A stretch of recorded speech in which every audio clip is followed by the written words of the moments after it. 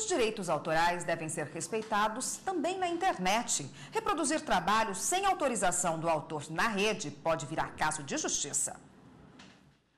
Depois de quase 20 anos no Corpo de Bombeiros, Márcio resolveu ter mais uma carreira.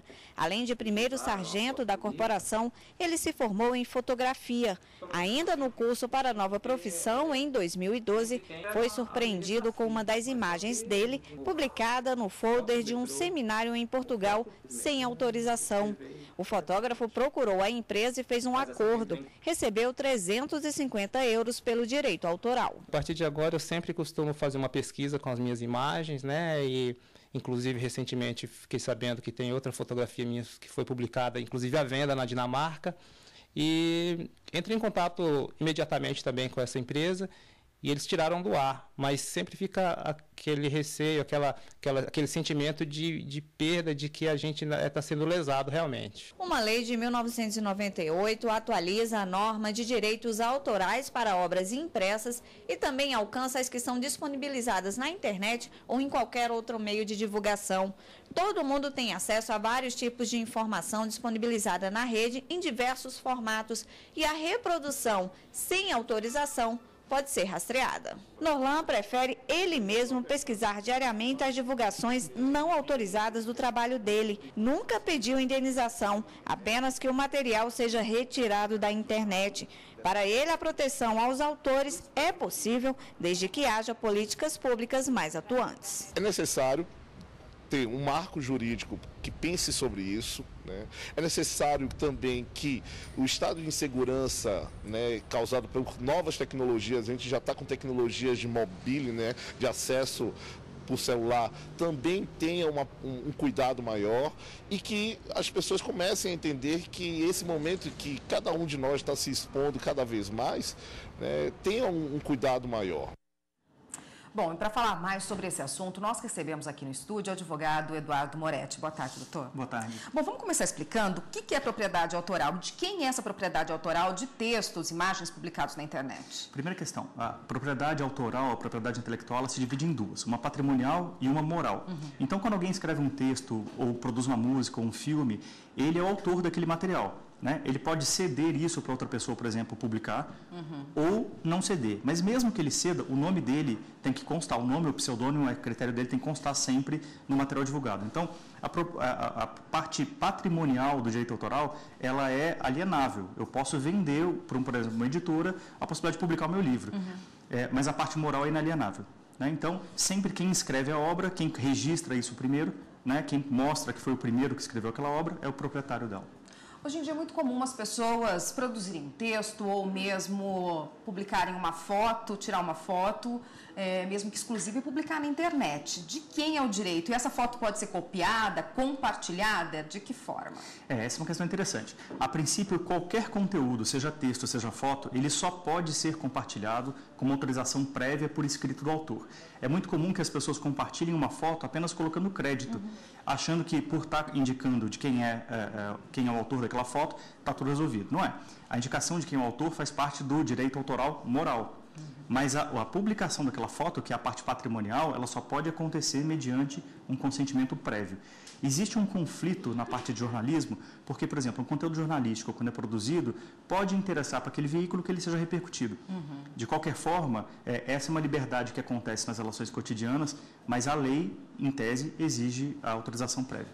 É diferente um texto ou uma foto publicada numa rede social, num blog pessoal assinado pelo autor ou num site de uma universidade, por exemplo, como uma pesquisa científica? Não é. Veja, até para uma pesquisa científica, a utilização de uma imagem, por exemplo, ela precisa ser previamente consentida. Houve um caso aqui em Brasília em que eu defendi o dentista numa ação judicial, em que ele usou a foto de uma paciente num congresso para mostrar um tratamento ortodôntico. Só que não havia o consentimento prévio. E a mãe dessa paciente era dentista e estava no congresso e verificou aquela foto. Então, mesmo por uma questão científica, é necessária a autorização prévia do autor ou proprietário daquele conteúdo. Bom, voltando aí ao assunto do conteúdo acadêmico, né? Pesquisa acadêmica, monografia, geralmente, hoje em dia, tudo é publicado em sites específicos para esse assunto na rede.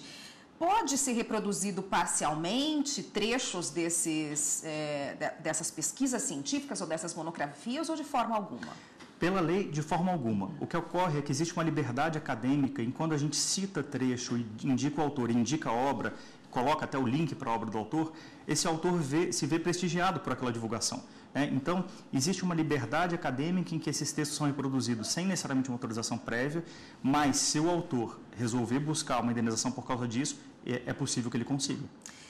Para as pessoas que compartilham, né, que não publicaram nada na rede, mas que compartilham esse conteúdo que está ali disposto, qual o cuidado para se fazer isso, para não correr o risco de ter que pagar uma indenização ou ser alvo de uma ação judicial? Essa é uma decisão extremamente importante, recente, que foi alvo de foi objeto de uma análise pelo Superior Tribunal de Justiça. Quem publica um conteúdo numa rede social, por exemplo, e se uma pessoa compartilha esse conteúdo, quem compartilhou também é responsável por essa veiculação indevida. Então, o simples fato de curtir e compartilhar está começando a gerar uma jurisprudência em que possibilita a condenação de quem curtiu e compartilhou aquele conteúdo sem autorização prévia do autor, ou se esse conteúdo, por exemplo, é ofensivo e pode causar um dano moral. Todo cuidado é pouco, então. Tem que avaliar bem o que você vai curtir e compartilhar na rede. O que tem que ter ideia é que o mundo virtual é uma extensão do mundo real. A gente deve agir no mundo virtual da mesma forma que a gente age no mundo real. Então, se eu não divulgaria um conteúdo ofensivo no mundo real para os meus amigos, por que eu vou divulgá-lo no mundo virtual? Esse limiar traz a pessoa para um eixo em que a norma leva para esse caminho, né, para esse caminho do centro da correção. Ou seja, o mundo virtual e o mundo real são a mesma coisa. E as leis alcançam tanto um quanto o outro da mesma maneira. Tá ótimo, a gente vai voltar nesse assunto no próximo bloco, que ainda tem muitas dúvidas a serem tiradas. Eu só peço um minutinho para o senhor. Ok. E nós voltamos a falar com o advogado Eduardo Moretti sobre os direitos autorais em publicações na internet. Doutor, o senhor já falou que não há diferença alguma de que forma esse conteúdo é compartilhado na internet. Pode ser num blog, pode ser no site científico, pode ser numa página de uma rede social. Mas músicas de artistas, muita gente também copia e as músicas têm direito autoral aí reconhecido há muito tempo, né? Como agir nessa situação? A pessoa compartilha, ela pode ter que pagar algum direito em relação àquilo? Ela pode ser condenada. Nos Estados Unidos há uma condenação em massa de consumidores que veiculam isso através de redes como torrent, né, redes ponto a ponto. E a gente tem que ter ideia, seja música, filme, texto, obra literária, um texto científico, não é possível a publicação sem o consentimento do autor. Se isso acontece, quem está fazendo assume o risco de ser condenado por isso. Se o autor não fizer nada, não acontece nada, mas se ele fizer, pode acontecer. O que ocorre é que com o avanço dos sistemas tecnológicos, a identificação desse conteúdo passa a ser feita de forma automática e não manual. Então, por exemplo, quando a gente sobe um vídeo para o YouTube e eu coloquei uma sonorização e a sonorização tem direito autoral, o próprio YouTube reconhece isso automaticamente. Como esses aplicativos que reconhecem música, quando a gente coloca para identificar, né, como o Shazam, então, você sobe o vídeo, tem um conteúdo musical ali identificado, o vídeo é retirado do ar. E você é notificado por causa daquela violação de direito autoral. Da mesma forma, os autores que buscam saber se o seu conteúdo está disponibilizado na internet, eles não precisam fazer isso manualmente, como colocado pelo entrevistado. Existem ferramentas disponíveis online, existem escritórios que podem ser contratados para fazer essa busca, e esse conteúdo é buscado, vasculhado em toda a rede, identificado todos os sites que têm esse conteúdo. Então, existe uma falsa sensação de anonimato na internet, porque a pessoa está atrás do computador e acha que nunca pode ser identificada. Toda conexão feita na internet é atribuída um endereço de IP, e esse endereço de IP ele pode ser dinâmico, pode mudar, mas é possível identificar esse autor e é possível identificar esse usuário que está veiculando esse conteúdo. Então, toda vez que você estiver sentado na internet, mexendo no computador, o seu computador está identificado, ele pode ser rastreado e você pode ser identificado como quem veiculou aquele conteúdo de forma indevida. Bom, e com o vigor aí do Marco Civil Regulatório, o que há de novo em relação ao conteúdo de direito autoral? Isso é bastante interessante porque a lei de direito autoral é muito anterior à entrada comercial na internet no Brasil. Mesmo assim, ela já previa que qualquer meio de divulgação, óptico, telefônico, etc., estaria abrangido na norma. O Marco Civil Regulatório ele veio agregar algumas nuances que não são de direito autoral, mas que tem uma correlação. Então, há uma interseção entre Marco Civil Regulatório e direito autoral. Por exemplo, se você aparece numa imagem indevida, que tem nudez ou sexo, etc., essa imagem pode ser retirada do ar agora com o Marco Civil Regulatório. A identificação de um usuário que está na internet navegando, ela pode ser feita a partir de uma regra estabelecida no Marco Civil Regulatório. Então, em que pese sejam normas diferentes, elas têm uma área comum de interseção que uma ajuda a outra. Com a expansão dessa veiculação de conteúdo na internet, o Marco Civil veio agregar nessa questão regulatória essa identificação do usuário.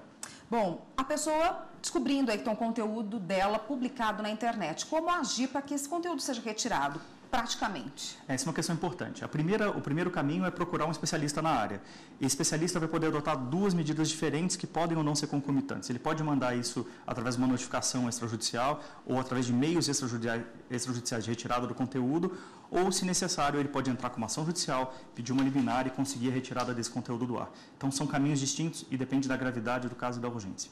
E quem não retira ou quem mantém lá pode sofrer uma punição. Isso é algo definido no Marco Civil Regulatório. É a partir do momento em que a pessoa é notificada que aquele conteúdo é indevido, está no ar, e ela não retira, apesar de ser solicitado, ela corre o risco da condenação, ela assume o risco da condenação por dano material ou moral.